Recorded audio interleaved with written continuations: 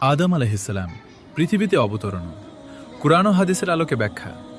আদম আলাইহিসসালাম ছিলেন মানবজাতির প্রথম নবী। আল্লাহ তাকে মাটি থেকে সৃষ্টি করে জান্নাতে স্থান দিয়েছিলেন, কিন্তু আল্লাহর নির্দেশ অমান্য করে নিষিদ্ধ বৃক্ষের ফল খাওয়ার কারণে তাকে পৃথিবীতে অবতরণ করতে হয়। কুরআন ও হাদিসে এই ঘটনাকে মানব ইতিহাসের সূচনা হিসেবে বর্ণনা করা হয়েছে। সৃষ্টি।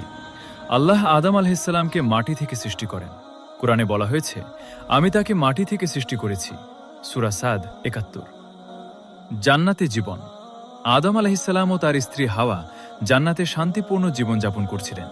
আল্লাহ তাদের জান্নাতে সবকিছু ভোগ করার অনুমতি দেন, তবে একটি বৃক্ষ থেকে বিরত থাকতে বলেন। শয়তানের প্রলোভন। শয়তান তাদেরকে প্রতারণা করে নিষিদ্ধ বৃক্ষের ফল খাওয়ায় প্ররোচিত করে, ফলে তারা আল্লাহর নির্দেশ অমান্য করেন।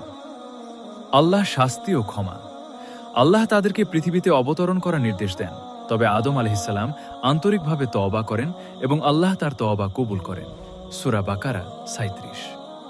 পৃথিবীতে অবতরণ। কুরআনে বলা হয়েছে, তোমরা সবাই পৃথিবীতে নেমে যাও।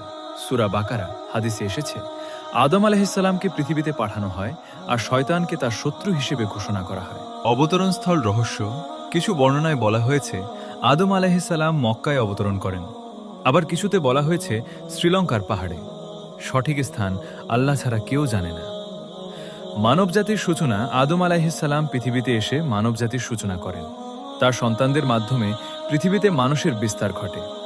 শিক্ষা ও বার্তা। আদম আলাইহিসসালামের অবতরণ আমাদের শেখায়, মানুষ ভুল করতে পারে, কিন্তু তওবা করলে আল্লাহ ক্ষমা করেন।